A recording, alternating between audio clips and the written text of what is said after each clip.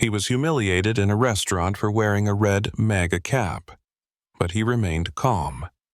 The waiter had no idea that this man was the new owner of the establishment. What happened next shocked everyone.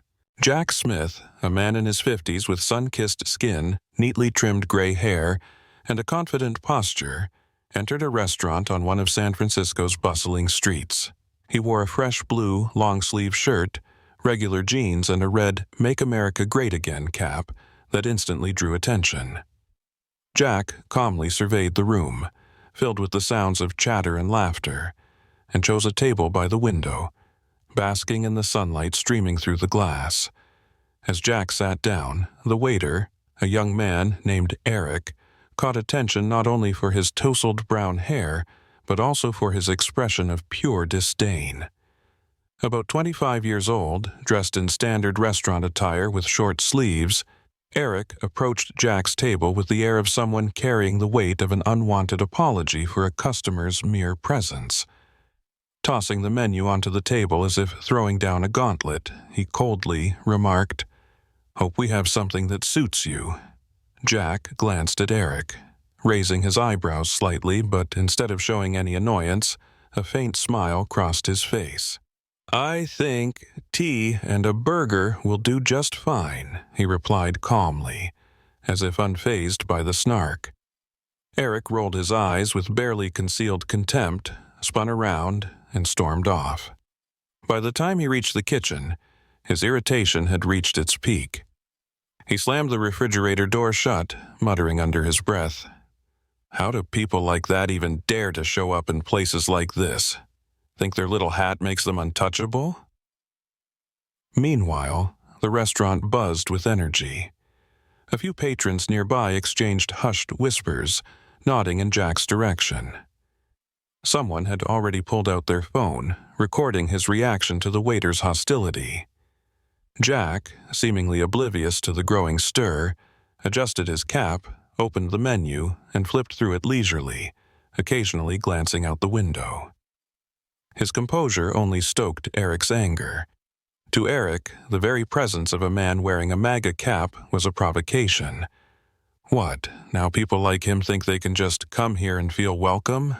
He thought, plotting ways to make it clear Jack was not. The chapter ended with a touch of irony.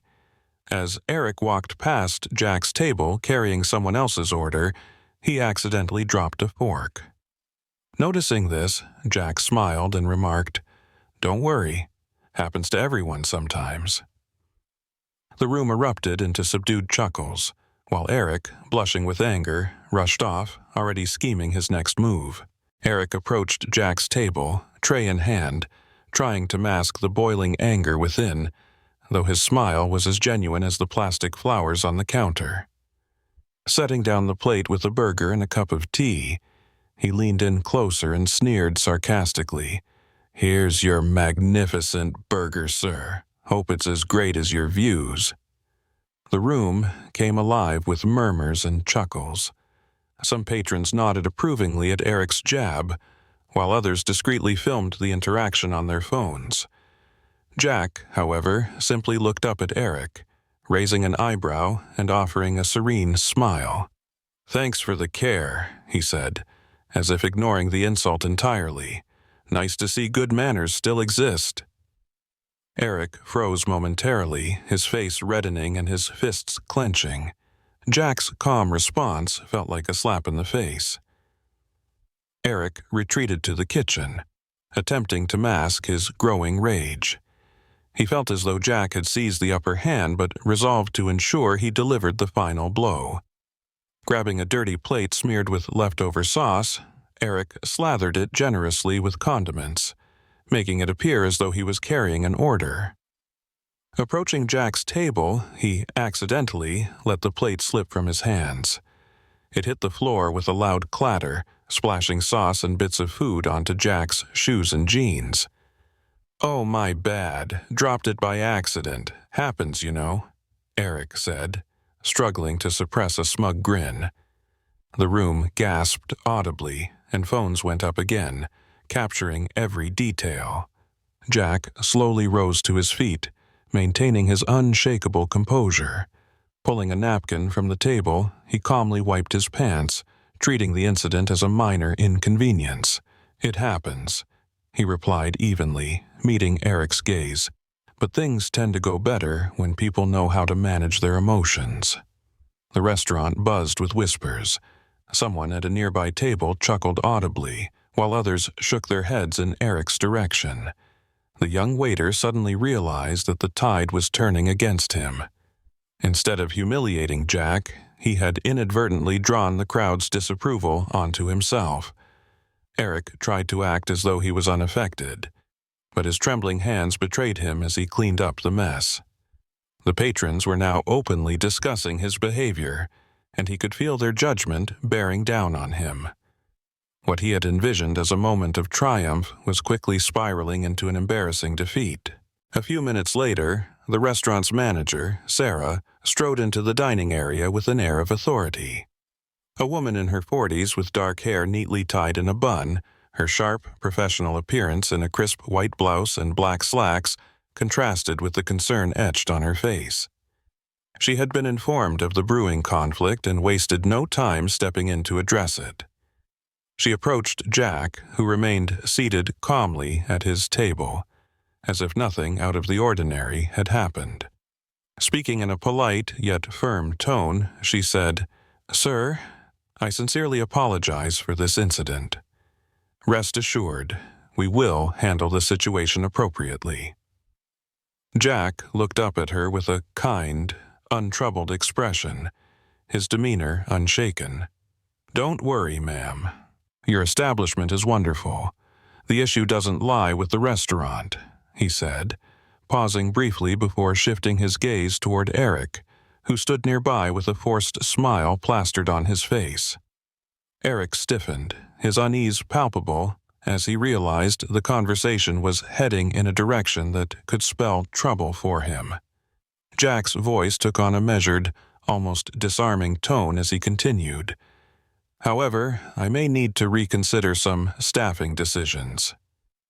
His words hung in the air, carrying a weight that sent ripples of tension through the room. Eric's face flushed, his hands nervously fidgeting with the edge of his apron. He could feel the ground beneath him shift, but wasn't sure yet how far it would give way. "What do you mean?" he asked, his voice trembling slightly. Jack stood up, removed his red cap, and reached into his pocket to produce a small identification badge. He placed it gently on the table, the subtle action silencing the room. Looking directly at Eric, he spoke with a faint, knowing smile.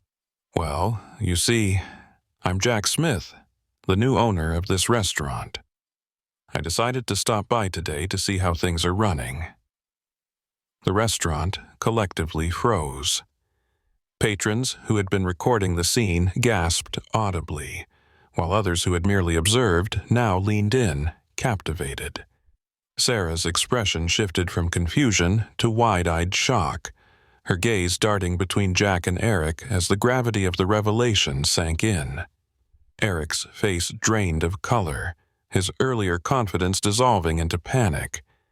He stammered, attempting to respond but finding no coherent words. I didn't know," he managed to mutter, but Jack raised a hand, cutting him off gently but decisively. The unexpected turn had turned what seemed like a minor spat into a seismic moment, leaving everyone, including Sarah, stunned at the unfolding scene. Eric stood frozen, his face growing paler with every passing second. He opened his mouth, searching for words, but only disjointed fragments emerged. "Listen, I just didn't realize." Jack's hand rose again, commanding silence with an air of quiet authority. His calm demeanor was unshakable, almost intimidating in its steadiness. "No need to explain," Jack said firmly, a faint smile playing at his lips as though addressing a wayward child. "Your actions speak louder than any words." Eric's eyes darted desperately around the room, searching for any sign of support. Instead, he found only disapproving stares from patrons and staff alike. But don't worry, Jack continued, his tone laced with a subtle, cutting sarcasm. You'll have plenty of time to reflect on your behavior. As of today, you're no longer employed here. The words shattered the tense silence in the restaurant like a thunderclap. The room erupted into applause, with several patrons cheering audibly. Serves him right. Finally. Some justice. Eric opened his mouth to protest, but his voice faltered. Turning to Sarah, he found no solace. She simply shook her head, signaling that nothing could be done to reverse the decision. Sarah stepped forward, her voice a mixture of professionalism and deep regret. On behalf of the entire restaurant, I extend our sincerest apologies. I assure you, this will never happen again.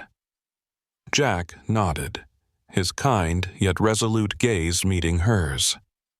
What matters most is that respect always comes first, above any differences, he said, his words pointedly directed at Eric. He then donned his red cap once more, adjusted it, and turned to leave.